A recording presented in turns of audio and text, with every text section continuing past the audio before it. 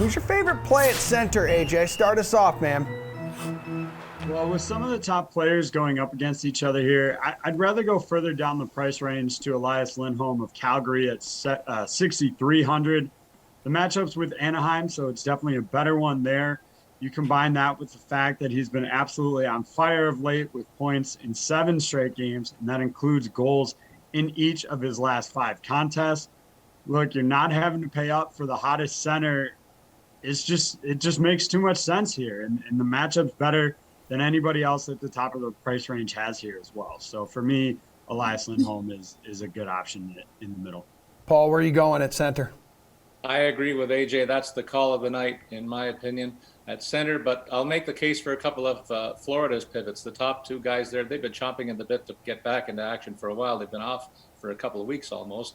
And they get a tough game tonight against Carolina, but it's in the center of the ice where Florida's got their biggest advantage. They got Alex Barkov coming off 12 points, 35 shots in his last 10 games played, and he's got a big size advantage against any of the top 2 pivots that might face him tonight. And then ditto for Sam Bennett, center in the second line for Florida, $5,000 the price tag there, despite 10 goals and 3 assists in his last 10 outings, featuring 29 shots on goal. The physical style of these 2 guys is going to be too much for Carolina if they go head-to-head, strength on strength. Yeah, Jeff, you brave enough to target Eichel here in his first NHL game in nearly a year, his Golden Knights debut? No, actually, you made a good segue, though, because I'm going to go on the exact opposite side of that. I think Nathan MacKinnon at 8,600. It's the first time we're getting Nathan MacKinnon under 9,000 in a lot of slates. And generally, when you see MacKinnon at under this the 9K threshold, you should probably jump on him. The Colorado Avalanche may have played last night, but they kind of got embarrassed by the Dallas Stars. And now you're going to have MacKinnon, bounce in a clear bounce back spot against the Vegas team. They certainly will not have any qualms, obviously trying to dress down. I think that Jack Eichel having Nathan MacKinnon to deal with in his first game back, it's kind of a disaster scenario if we're telling the truth.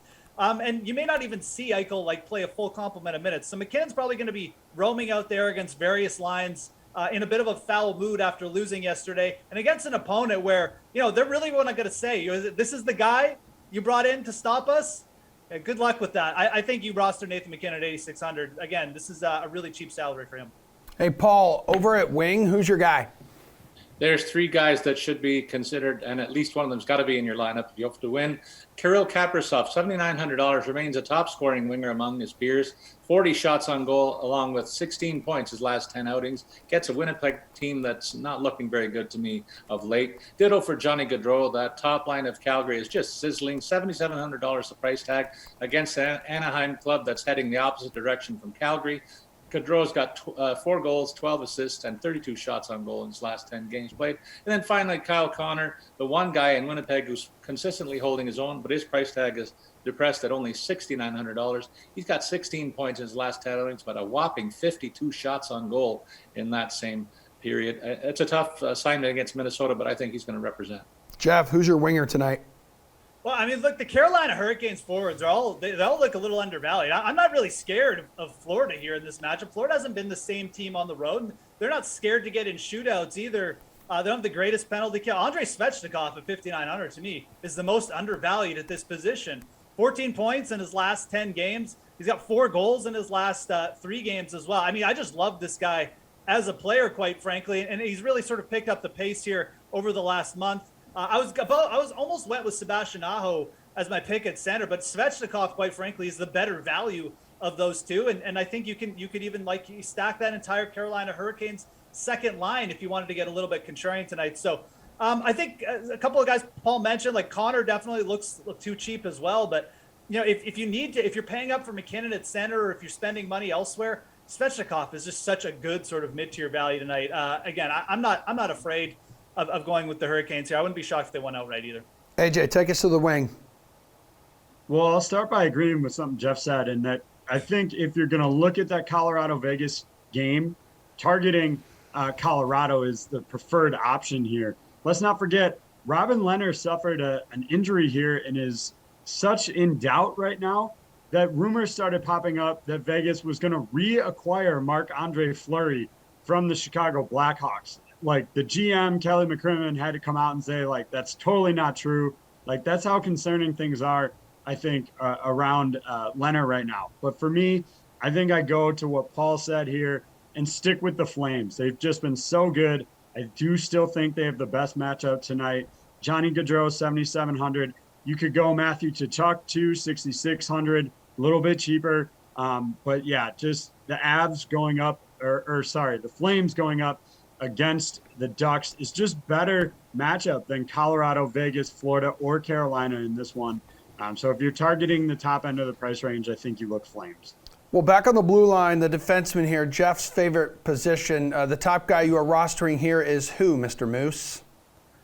I think you kind of take, this is kind of a cop-out answer. You just take the value with the Vegas defenseman. I mean, Alex Pietrangelo is $5,400. I know he's slowed down his production a little bit. Shea Theodore back in the lineup, stealing some of the power play exposure, but this is still a player who's averaging 5.3 block shots and shots on goal per game over his last 10 starts. Yeah, maybe the point production isn't what you want from Alex Pietrangelo over the last month or so, but this is just too cheap. I mean, again, much like I mentioned with Nathan MacKinnon, it's the first time we've seen Pietrangelo under 6,000 on DraftKings in like a century. So, this slate in terms of defense, you have Cale Maker, and then you kind of have the rest. D'Angelo looks a little bit overpriced, especially compared, to these Vegas defensemen. And when Theodore and Pietrangelo are the same price, I'm just going to take Pietrangelo because he just produces a little bit more in the block shot department for you.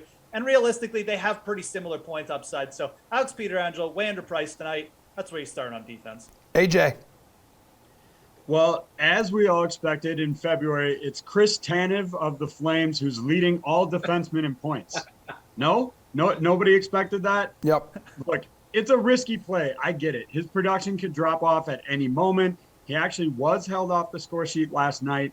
But this is a guy that's 3K and, again, leads all defensemen in points in the month of February.